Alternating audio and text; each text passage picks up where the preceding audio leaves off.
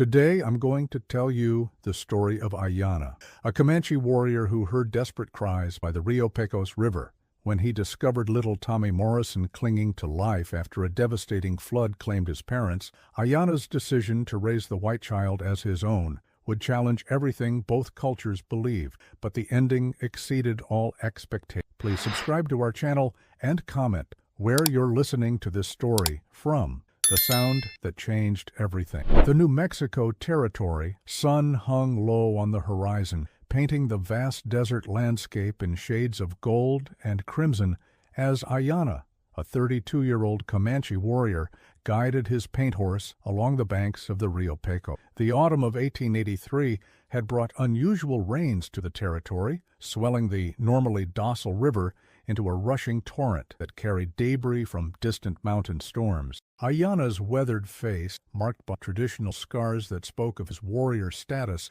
remained alert as he searched for signs of the cavalry patrol that had been reported moving through Comanche land. For 3 days, Aiyana had been tracking the blue-coated violated the boundary, venturing into territory was supposed to remain under tribal control. As one of the few remaining war chiefs of his band, it was his responsibility to ensure their people's safety and to gather intelligence about military movements that could threaten their already precarious. The sound of the rushing masked other noises, which was why Aiyana almost missed it, a faint crying that seemed to rise and fall with the wind. At first he thought it might be the call of a coyote or the screech of a hawk, but something about the rhythm made him rein in his horse and listen more carefully. There it was again, definitely human, and definitely. Aiyana dismounted and tied his horse to a cottonwood tree, then moved silently through the riverside brush toward the source of it. His moccasined feet made no noise on the damp earth as he approached what appeared to be the remnants of a wagon that had been swept against a large boulder by the floodwaters. The wagon was broken, its wooden sides splintered, and contents scattered along the riverbank. But it was what he found inside the partially submerged wagon bed that made Aiyana's breath catch in his throat. A small child, no more than 2 years old, with blonde hair and blue eyes, clinging to a piece of sodden canvas and crying with the desperate intensity of someone who had been alone and terrified for far too. Aiyana looked around quickly, searching for any sign of the parents or other survivors. He found them 50 yards downstream, a man and woman, clearly settlers from their clothing, both dead from the violence of the flood and the rocks had carried them against. The woman's arms were positioned as if she had been trying to protect something, and Aiyana realized she had likely died attempting to save her child. The little boy, for Aiyana could now see it was a male child, had stopped crying at the sight of him and was staring with wide, frightened eyes. The child was soaked, shivering, and clearly exhausted, but alive. How he had survived when his parents had not was a mystery, but Aiyana knew he couldn't leave him there. Little one, Aiyana said softly in English, a language he had learned during his years of forced schooling at the government boarding school. You are safe now. The child didn't respond to his words, but didn't pull away when Aiyana carefully lifted him from the wreckage. The boy was lighter than he should have been, clearly malnourished. His clothes were torn and dirty, but his eyes held an intelligence and resilience that reminded Aiyana of his own son, lost to fever 3 winters ago. Aiyana wrapped the child in his own blanket and carried him back to his horse. As he did, he noticed something that made him pause. A small wooden toy horse that had been clutched in the child's hand, carved with obvious care and love. It was the kind of toy a father might make for his son during long winter evenings, and Aiyana carefully tucked it into his saddle. The practical part of Aiyana's mind told him he should take the child to the nearest settlement. Fort Sumner was only a day's ride east. The soldiers there would know what to do with a white orphan, would find him a family among his own people. But as he looked down at the small face peering up at him from within the folds of the blanket, something stirred in his chest that he hadn't felt since his own child. "What is your name, little warrior?" Aiyana asked gently, expectant. To his surprise, his voice barely above. "Tommy," Aiyana repeated, testing the foreign name on his tongue. "I am Aiyana. It means eternal blossom in my language." The child's eyes drooped with exhaustion, and within minutes he was asleep against Aiyana's chest as they rode toward the Comanche. With each mile that Aiyana found himself thinking less about delivering the boy to Fort Sumner and more about the empty place in his own life that had been cold and silent for too long. His wife, Chitsa, had died in childbirth the year after their son's death, and Aiyana had been alone. The tribal elders had encouraged him to take another wife, to continue his bloodline, but he had not been able to bring himself. The grief had been too strong, the memories too painful. But now, holding this small stranger, Aiyana felt something awakening in him that he had thought was dead forever. The child was not Comanche, would never be fully accepted by some members of the tribe, and raising him would bring challenges that Aiyana could barely imagine. The boy would live between two worlds, belonging fully to neither. Yet as Tommy stirred in his sleep and unconsciously gripped Aiyana's shirt with tiny fingers, the warrior made a decision that would change both their lives forever. He would not take the child to Fort Sumner. He would take him home. The Comanche camp came into view just as the last light faded from the western sky. Cook fires flickered between the teepees, and Aiyana could hear the familiar sounds of his people. Voices calling to one another, children playing, horses nickering in the remuda. It was a peaceful scene, but Aiyana knew it would be disrupted by his arrival with the white child. Sure enough, curious faces emerged from teepees as he rode through the camp. Word traveled quickly in small communities, and by the time Aiyana reached his own lodge, a small crowd had gathered. Among them was Nalnish, the elderly medicine whose opinion carried great weight. Aiyana, Nalnish is weathered with concern. What have you? Child who has lost family and carefully his grip on the boy. The river took his parents. He is of our people, one of the younger, his voice carrying a note of, no, Aiyana, but he is a child in need. Would you have me leave him to die? You should take him to the white man's fort, Quahati insisted. He belongs with his own kind. His own kind left him to drown in a river, Aiyana replied sharply. I found him. He is my responsibility now. Nalnish stepped closer, studying the sleeping child with keen eyes. This will bring trouble, Aiyana.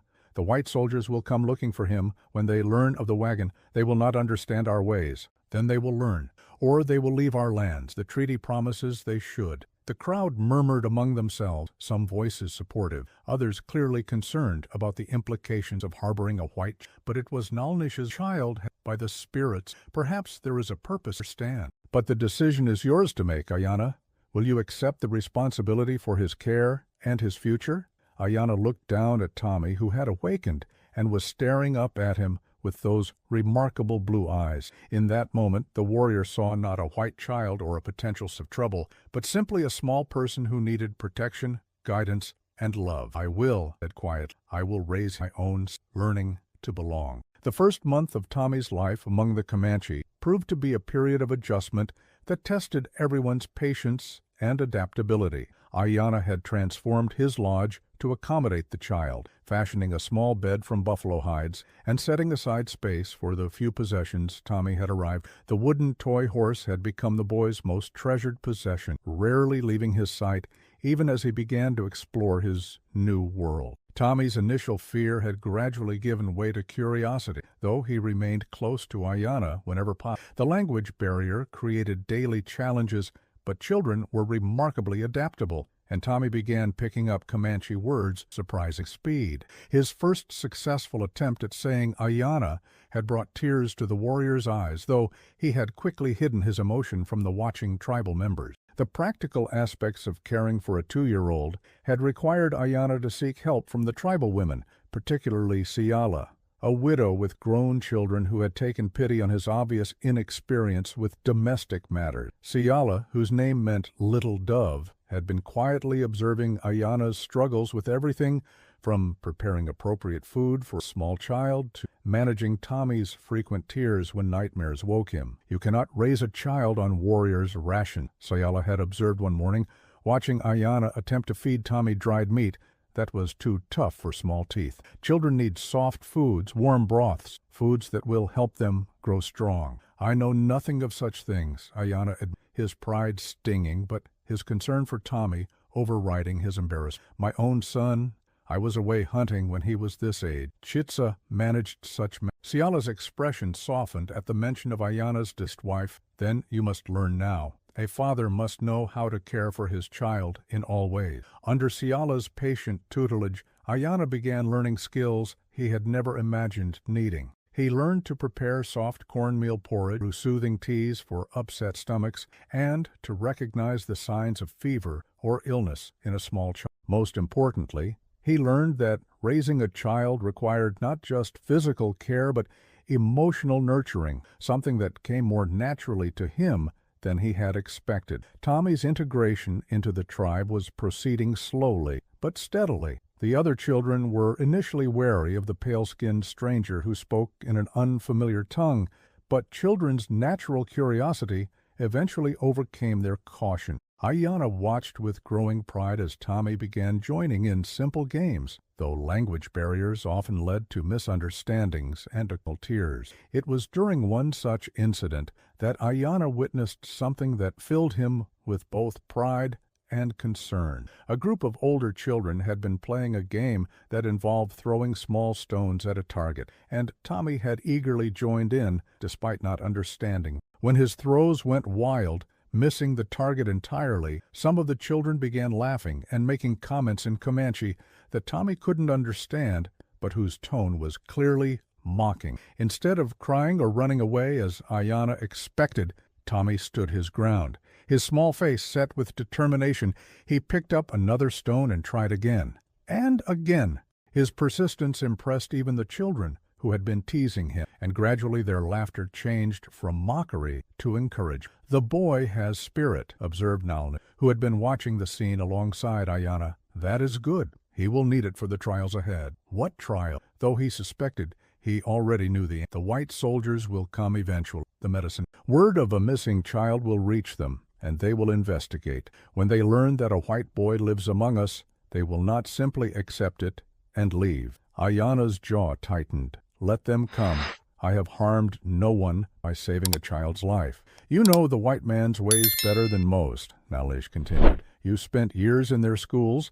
You know how they think about our people, about children like Tommy, who live between worlds. The reminder of his boarding school years brought back memories Aiyana preferred to keep buried. He had been taken from his family at age 7 and forced to attend the government school, where he had been forbidden to speak his native language, practice his religion, or maintain any connection to his cultural identity. The experience had been traumatic, but it had also given him insights into white society that few of his people possessed. They will say, I stole him, Aiyana said finally. They will not believe that I found him orphaned and alone. Exactly, agreed, and they will use it as justification for whatever actions they choose to take against our people. That evening, as Aiyana tucked Tommy into his small bed, the child surprised him by speaking in careful Comanche words he had been practicing. Aiyana, father?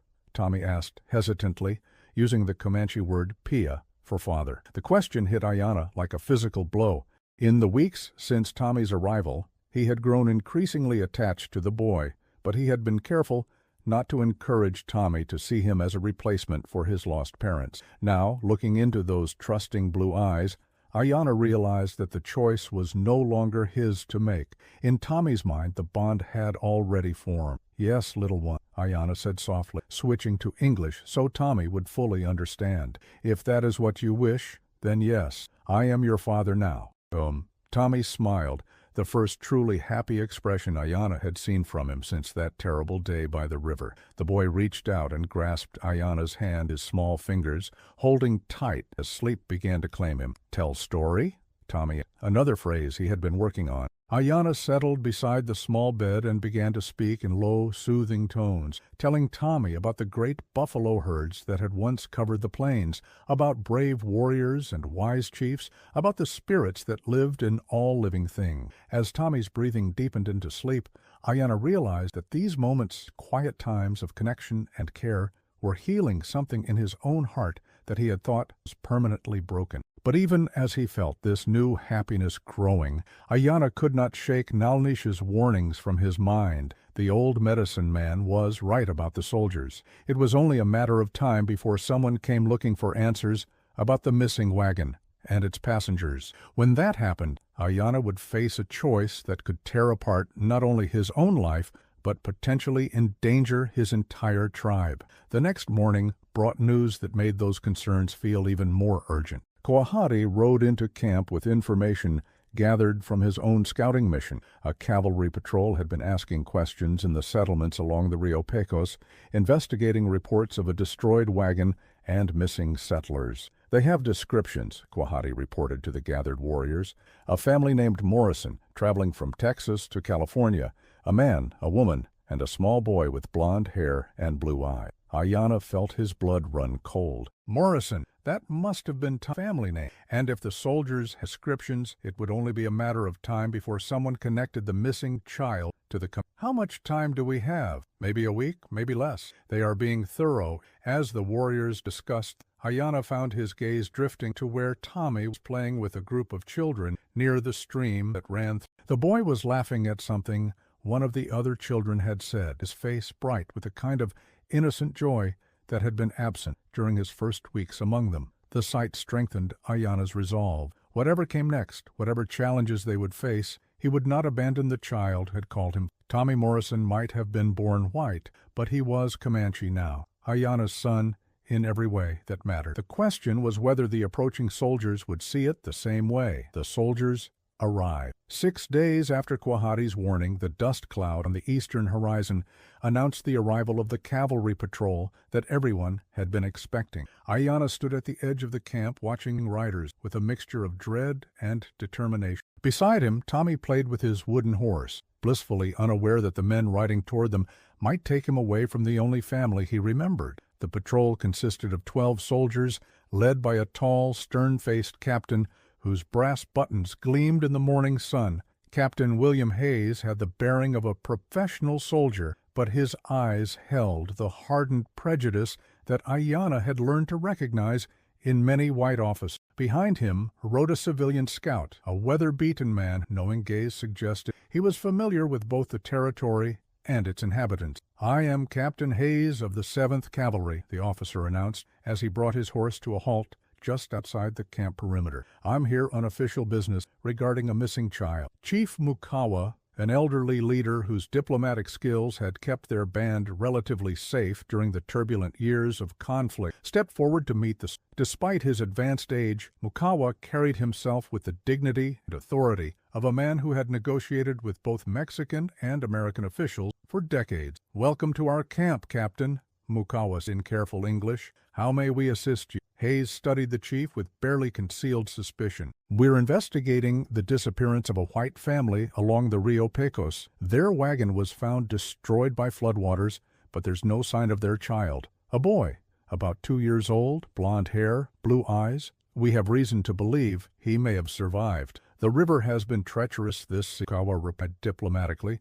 "Many things have been lost to its waters." "Indeed," his tone growing. "But we've received reports that members of your tribe were seen in the area around the time of the incident. It would be unfortunate if we discovered that a white child was being held here against his will." Aiyana felt his muscles tense at the implied threat, but he forced himself to remain calm. Tommy had noticed the soldiers and moved closer to him, instinctively seeking protection without understanding why. The sight of the boy clinging to his leg while soldiers discussed his fate filled Aiyana with a fierce protectiveness that he struggled to keep hidden. "Captain," Chief Mukawa said carefully, "our people rescue those in need, regardless of their tribe or color of their skin. If such a child were among us, he would be treated with kindness and care." "That's not the point," Hayes snapped. "A white child belongs with white people, not living as a savage in some god-forsaken camp."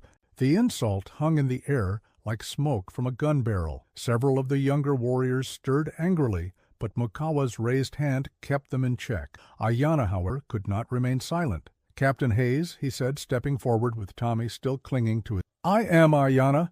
I speak your language well, because I was forced to attend your government schools for many years. I understand your laws and your custom. Tell me, what happens to orphaned children in your society?" Hayes looked surprised to be addressed in perfect English by a Comanche warrior. "They are placed in orphanages or with Christian families who can provide proper care and education. And these orphanages, Aiyana, they are places of kindness and love?" The captain's jaw tightened. "They provide necessary care and moral instruction." Aiyana nodded thoughtfully. "I see. And tell me, Captain, in your experience, do the children in these institutions thrive? Do they grow up happy and healthy, surrounded by love?" "That's beside the point," said curtly, clearly uncomfortable with the direction of the conversation. "On the contrary," Aiyana replied, "it is exactly the point. You see, Captain, I too was taken from my family I spent 8 years in one of your government schools, learning to speak like, to think like, to despise my own heritage as you demanded.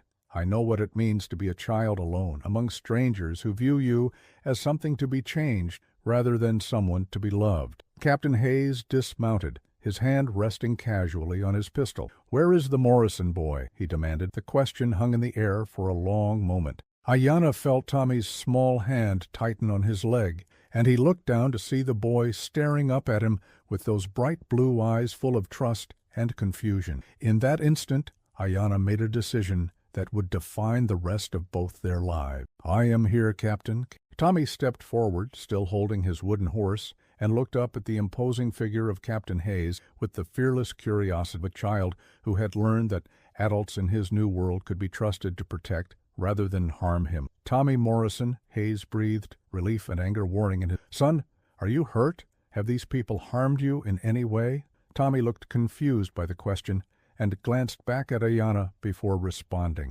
"No hurt," in his careful mixture of English and Comanche. "Aiyana Pia good. Take care, Tommy." "Pia?"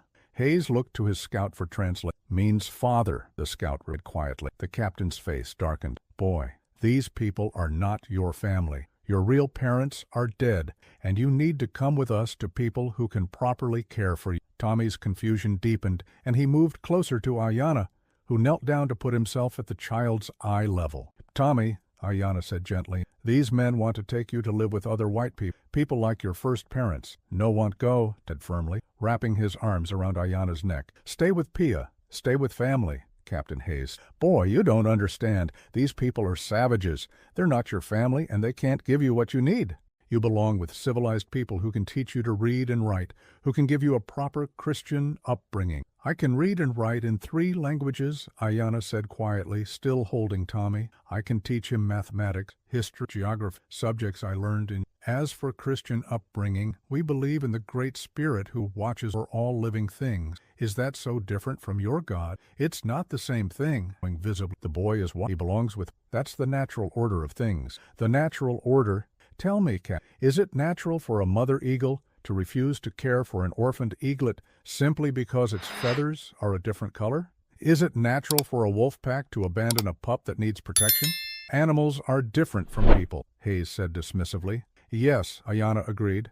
"Animals do not judge based on the color of skin or the shape of eye. They care for their young based on need and love. Perhaps in that way, they are wiser than people." The standoff continued for several tense minutes, with Tommy clinging to Aiyana and the soldiers growing increasingly impatient. Finally, Chief Makawa stepped forward with a proposal that surprised everyone. "Captain Hayes," the chief said, "you say the child belongs with white people because that is the law, but our treaties also guarantee that we have the right to govern our own internal affairs. This child was found on our lands by our warrior and has been adopted according to our custom. Which law takes precedence?" Hayes looked uncertain the first time since his arrival. Treaty law was complex, was clearly unsure about the legal implication situation. "I'll need to consult with my superior, but I'm warning you, this matter won't end here. The territorial government won't simply allow a white child to be raised as an Indian,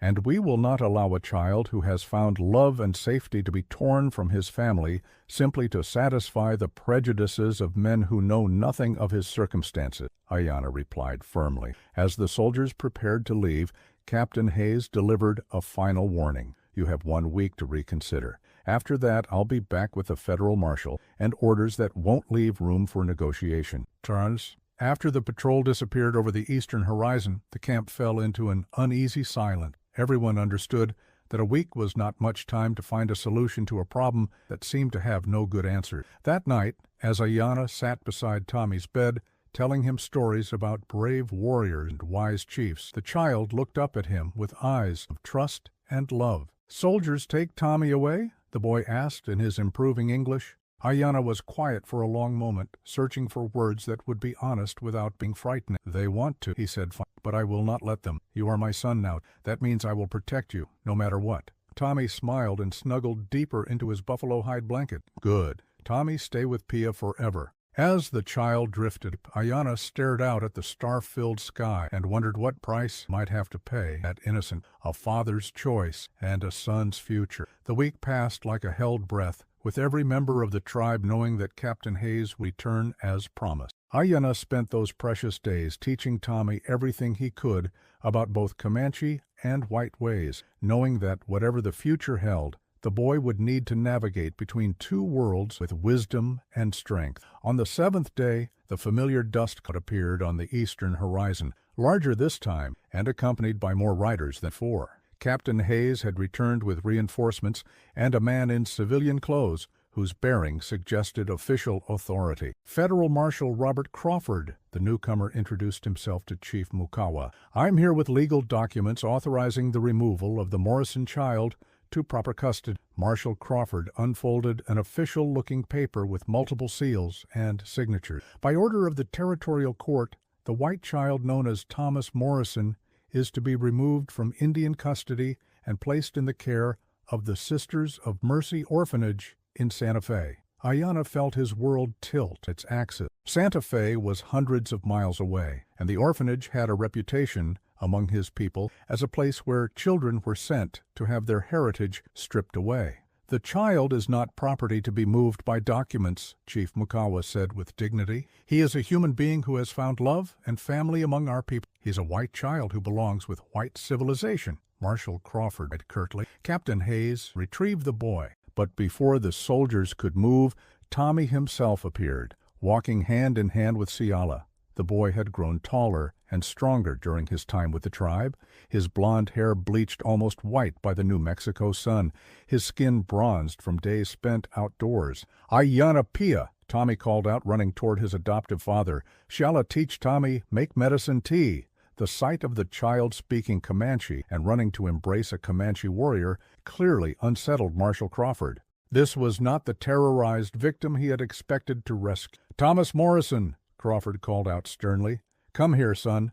We're here to take you to safety." Tommy looked at the strange man with curious eyes, but made no move to leave Aiyana's. "Tommy's safe here," he said in careful English, "with Pia, with family. These people are not your family. You're coming with us to people who can take proper care of you." Thomas Morrison, startling. "River take Thomas Morrison. Tommy live now," Tommy commanded. The simple statement hung in the air like an arrow finding its. Here was a child who had transformed trauma into a new identity, built on love and acceptance. Aiyana knelt beside Tommy and spoke to him quietly in Comanche, explaining what the men wanted. The boy listened carefully, then turned to face Marshal Crawford with composure that impressed everyone present. "Why you want take Tommy from family?" In English. "Tommy no hurt nobody. Tommy help people. Learn Comanche way, learn white way too. Why not good?" Marshal Crawford looked uncomfortable under the child's strict gaze. "Because white children belong. It's the way things. Who say with devastation, Great Spirit make all. Great Spirit put Tommy with Comanche.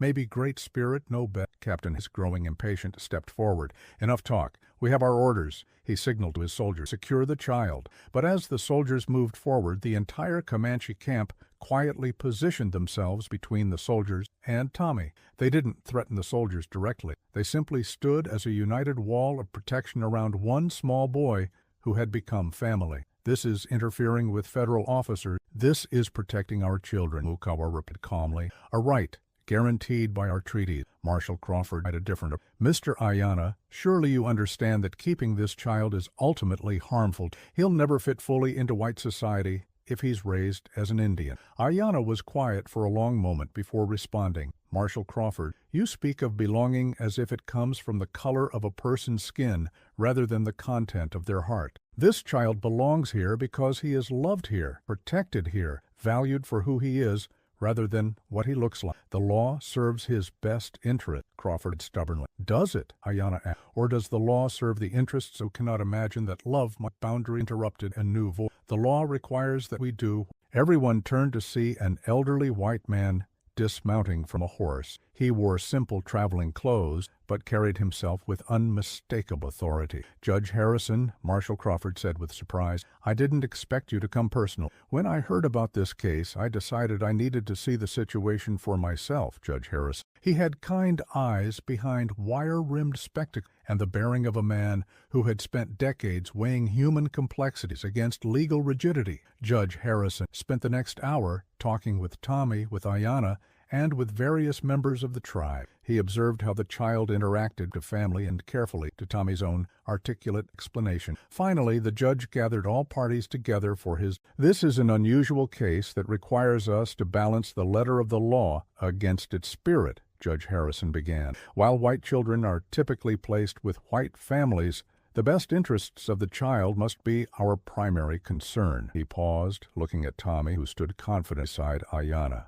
"This child has clearly bonded with his adoptive father and this community. He appears healthy, happy, and well cared for. He's learning valuable skills and receiving education in multiple, most importantly, surrounded by people who love him unconditionally." Marshal Crawford's face darkened. "Judge, with respect, there are protocols. There are also precedents, legal precedents for honoring adoptions of recognized tribes, especially when the welfare of the clearly being served." The judge, "If I were to grant you legal guardianship of this child, would you commit to ensuring that he learns about both his heritage and his birth culture? Would you prepare him to function in both worlds?" "I would," Aiyana replied without hesitation. "I have lived in both worlds myself. I know what challenges he will help him meet them with strength and wisdom. Then, by the authority vested in me by the territory of New Mexico," Judge Harrison, "I hereby grant legal guardianship of Thomas Morrison to Aiyana of the Comanche Nation." The collective sigh of relief from the Comanche camp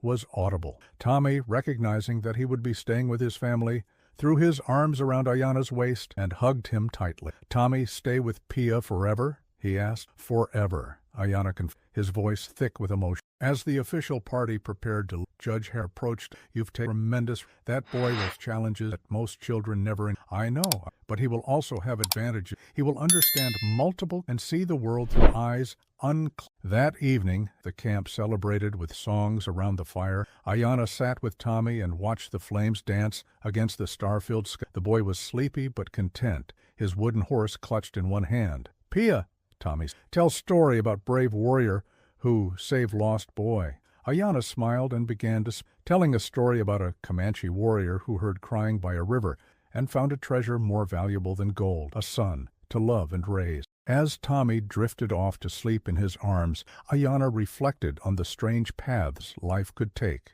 He had lost a son to fever and found another by floodwater. The boy who had been Thomas Morrison was gone, but Tommy, son of Aiyana, was very much alive. A bridge between worlds and proof that families could be built from choice, commitment, and unconditional love.